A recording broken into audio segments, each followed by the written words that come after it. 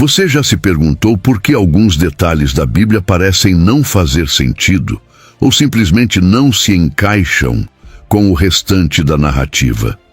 Pois bem, no Evangelho de Lucas, existe um detalhe que passa despercebido pela maioria dos crentes, mas que, quando observado com atenção, levanta perguntas perturbadoras sobre a autenticidade do texto e a intenção de quem o escreveu. Lucas, diferente dos outros evangelistas, apresenta uma cronologia e uma genealogia de Jesus que contradiz diretamente Mateus. Não bastasse isso, ele afirma escrever seu evangelho baseado em testemunhas oculares e investigação cuidadosa. Mas nunca diz que foi uma dessas testemunhas. E mais, há palavras colocadas na boca de Jesus que só aparecem nesse evangelho e que contradizem o próprio Jesus em outras passagens. Por que isso acontece? Será que o autor de Lucas era mesmo quem dizem que era? Ou será que o texto foi manipulado ao longo dos séculos para atender interesses específicos? Prepare-se, porque esse estranho detalhe pode desmontar toda a narrativa oficial que te ensinaram desde criança. A genealogia que não bate. Um dos pontos mais estranhos e frequentemente ignorados está logo no capítulo 3 do Evangelho de Lucas, a genealogia de Jesus. Enquanto Mateus traça a linhagem de Jesus a partir de Abraão até José, Lucas faz o oposto. Ele vai de José até Adão. Mas o problema não é só a ordem. O mais absurdo é que os nomes são completamente diferentes. Segundo Mateus, o pai de José se chama Jacó. Mas em Lucas, o pai de José se chama Eli. E essa diferença não para por aí. Dos 40 e poucos nomes citados em ambas as genealogias, apenas alguns batem. O resto são pessoas diferentes. Isso por si só já seria suficiente para levantar uma bandeira vermelha. Afinal, estamos falando da árvore genealógica de alguém considerado o Filho de Deus. Como é que dois evangelistas inspirados por Deus contam histórias tão divergentes? Qual das duas está certa? Ou será que nenhuma está? Um Jesus muito diferente. Outro ponto curioso é o tom de Jesus no Evangelho de Lucas.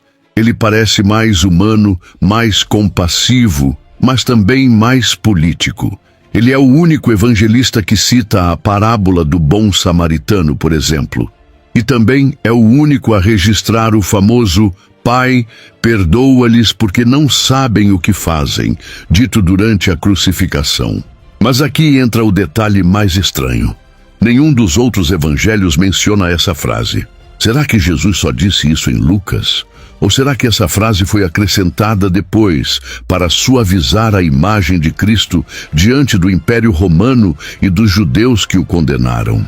E mais, Lucas é o evangelho que mais exalta as mulheres, dá voz aos excluídos e enfatiza a compaixão, o que é louvável, mas também levanta a suspeita de que o autor tivesse uma agenda teológica e social clara, e por isso moldou as falas de Jesus conforme seus próprios ideais.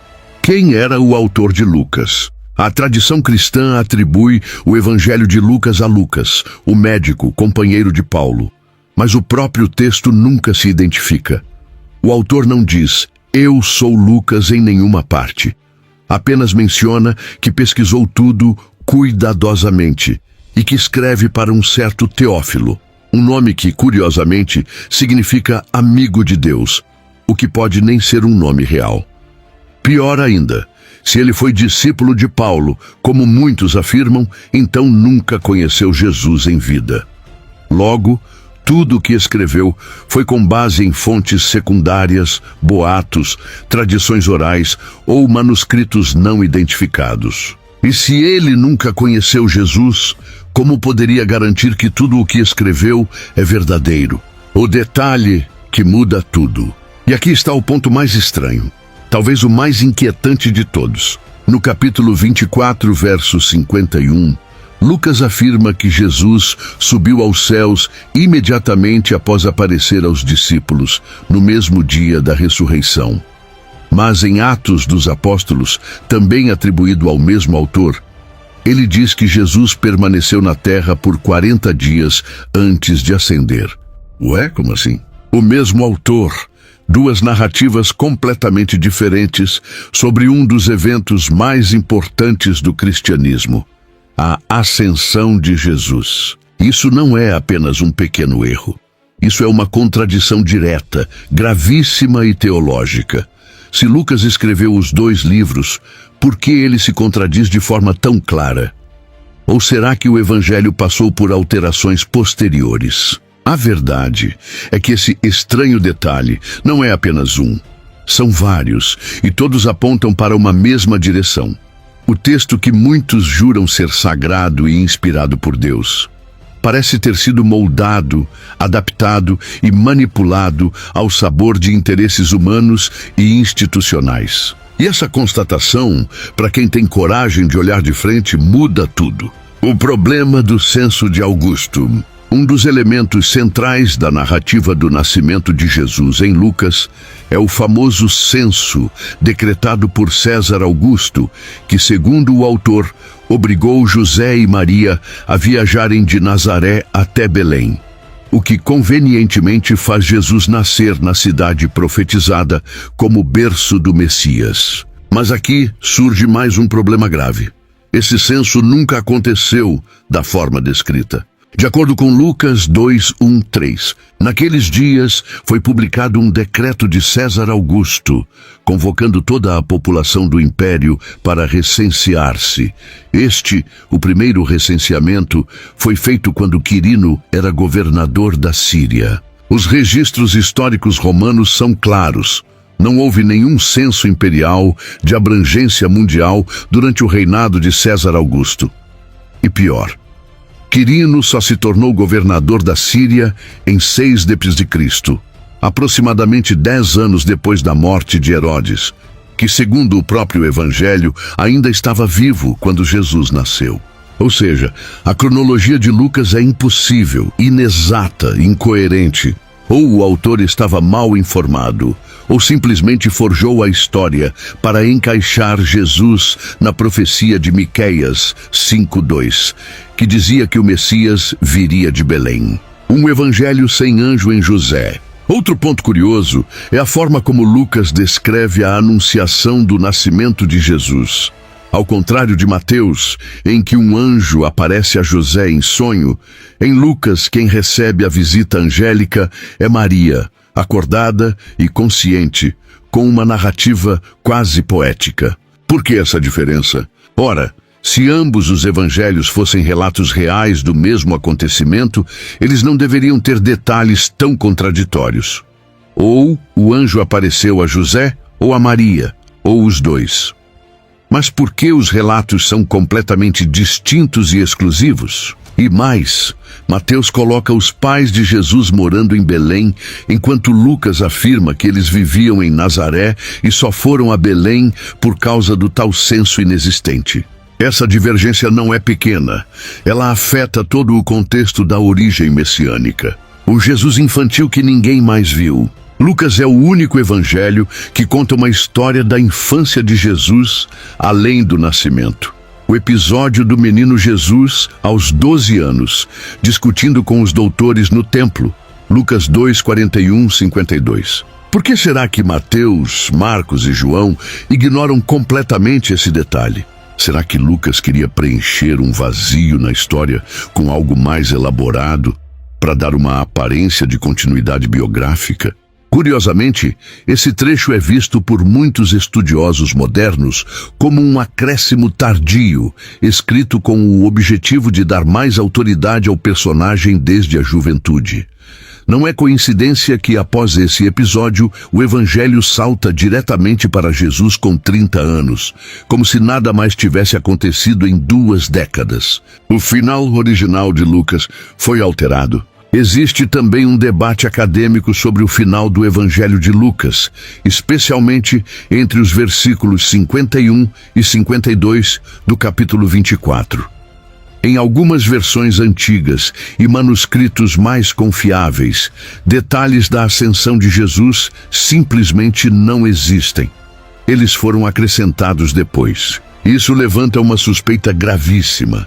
Será que o final de Lucas foi editado para harmonizar com o livro de Atos, escrito pelo mesmo autor?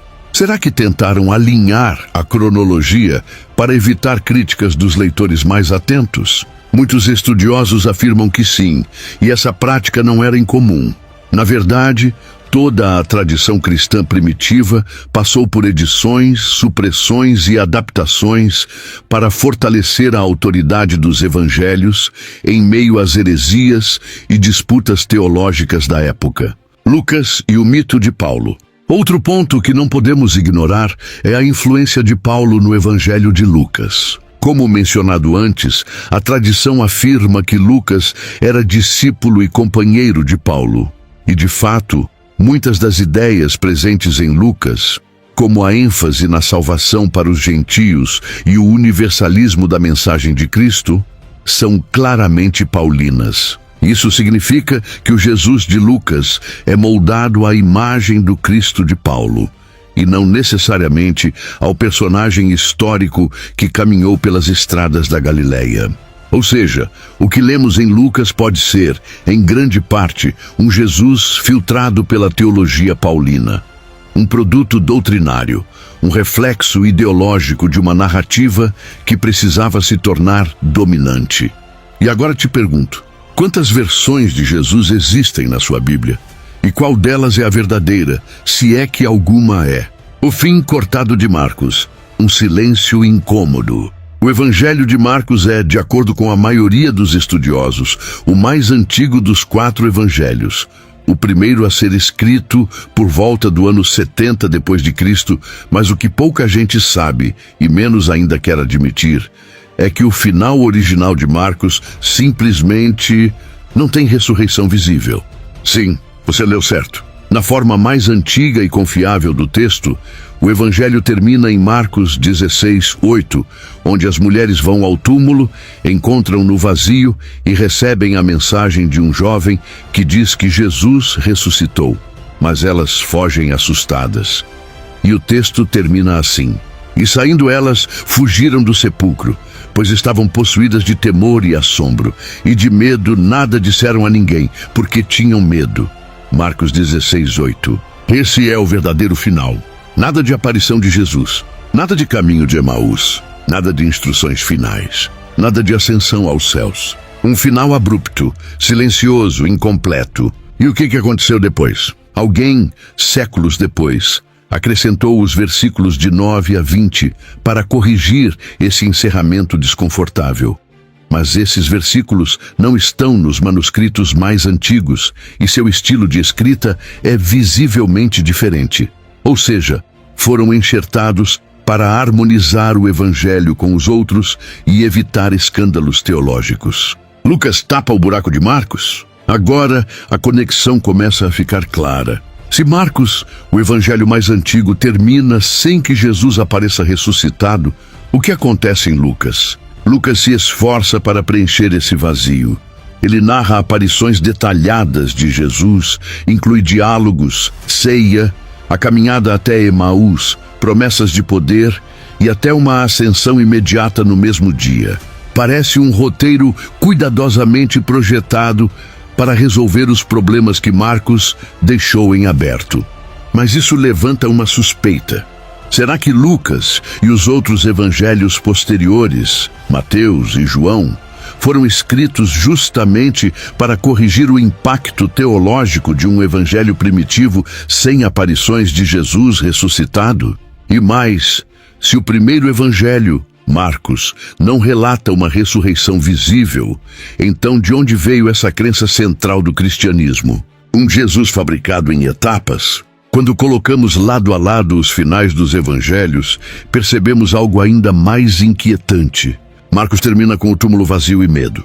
Mateus já mostra Jesus aparecendo na Galileia. Lucas faz Jesus aparecer no mesmo dia da ressurreição e ascender aos céus.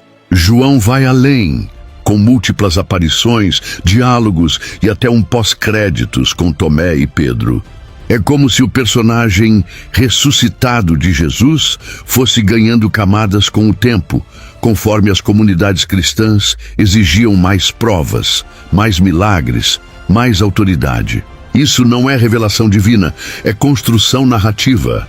O silêncio das testemunhas. E aqui voltamos ao ponto mais enigmático de todos. Se a ressurreição de Jesus foi o evento mais importante da história da humanidade, por que nenhuma testemunha ocular deixou registro direto?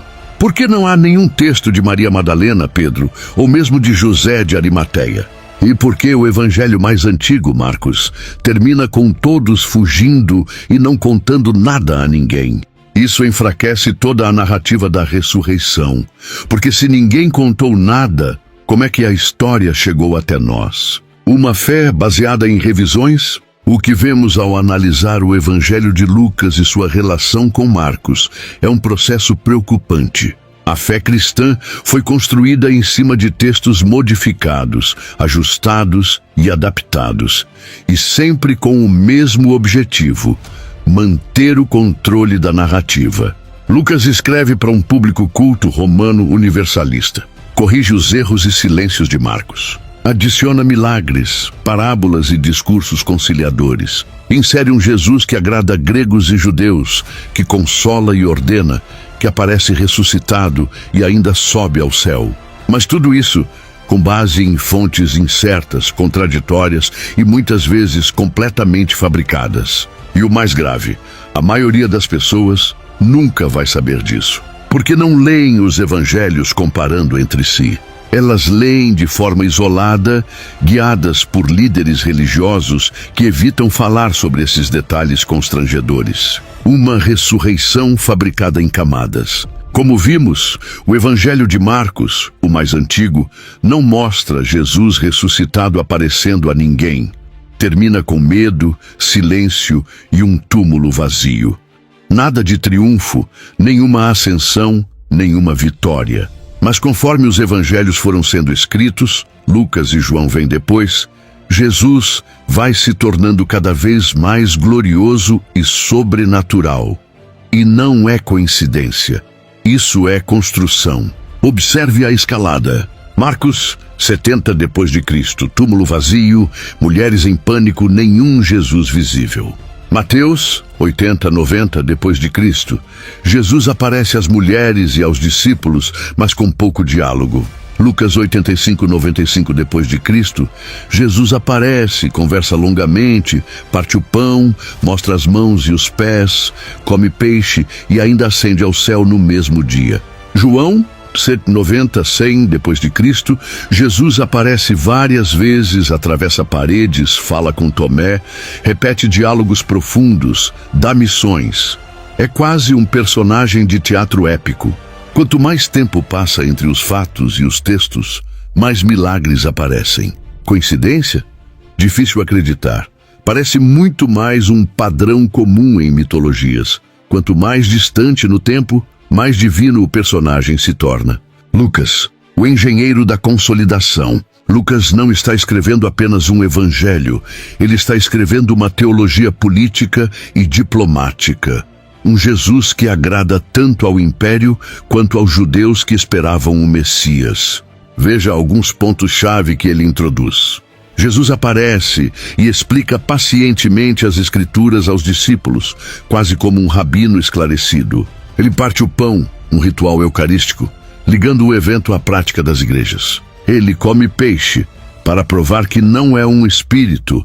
Lucas 24, 42, 43.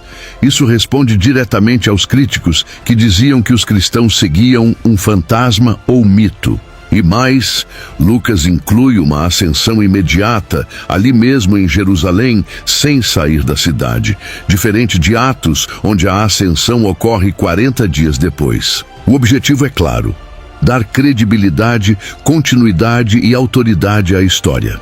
Lucas age quase como um editor-chefe de um jornal doutrinário. Corrige, encaixa, embeleza e controla a narrativa. E quem era mesmo Lucas? Você já parou para pensar nisso? Ele não era apóstolo, não conheceu Jesus e não presenciou os fatos. Ele mesmo admite no início do Evangelho, Lucas 1, 1:4, que apenas investigou o que outros já tinham dito.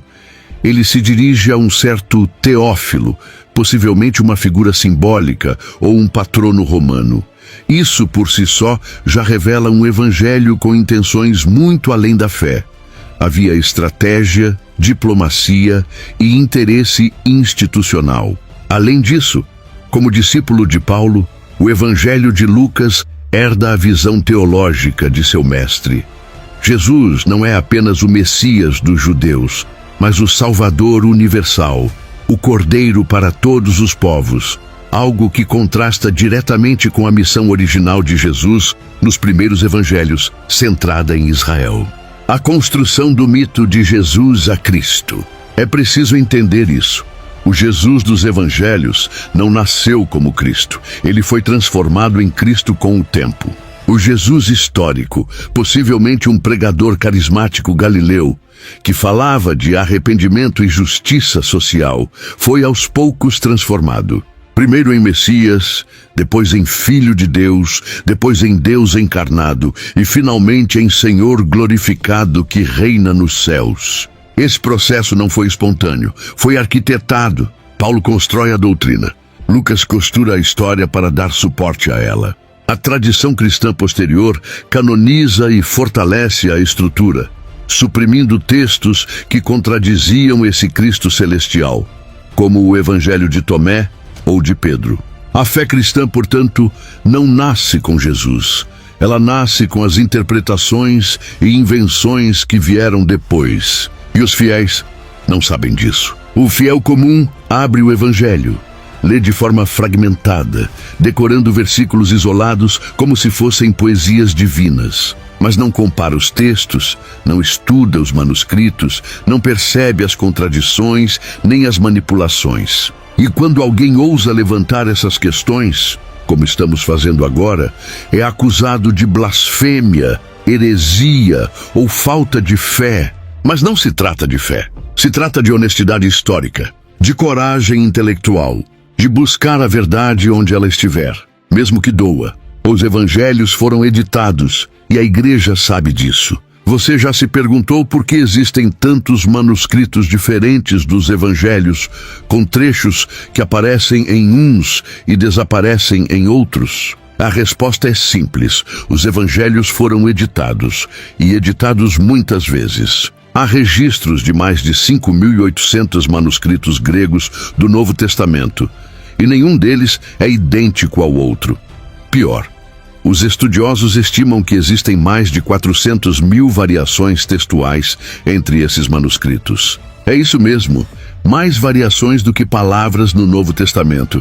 Essas variações não são apenas erros de cópia, elas incluem frases completas adicionadas, como o final de Marcos, palavras trocadas que mudam o sentido teológico, versículos inteiros inseridos posteriormente, como a história da mulher adúltera, quem não tem pecado, atire a primeira pedra, que não aparece nos manuscritos mais antigos de João, e até repetições para harmonizar conflitos doutrinários entre os evangelhos. Ou seja, a história de Jesus que você lê hoje não é a original. É uma colcha de retalhos teológicos, costurada por séculos, sob o controle rígido da igreja, especialmente a de Roma.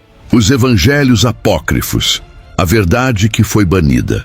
Agora vamos à pergunta que poucos fazem.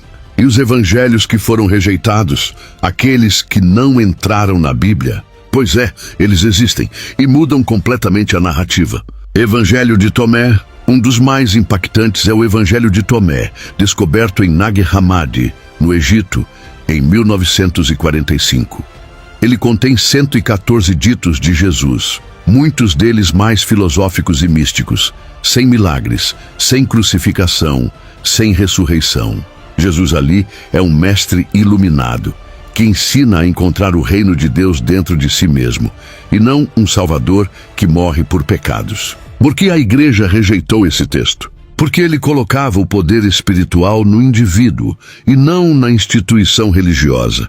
Evangelho de Pedro. Outro é o Evangelho de Pedro, que tem uma narrativa de ressurreição completamente diferente, com uma cruz que fala e anjos gigantes. Sim, isso mesmo, uma cruz que fala. Absurdo, Claro, mas se foi escrito por um dos discípulos, como dizem, por que não está na sua Bíblia? Porque não servia à narrativa oficial.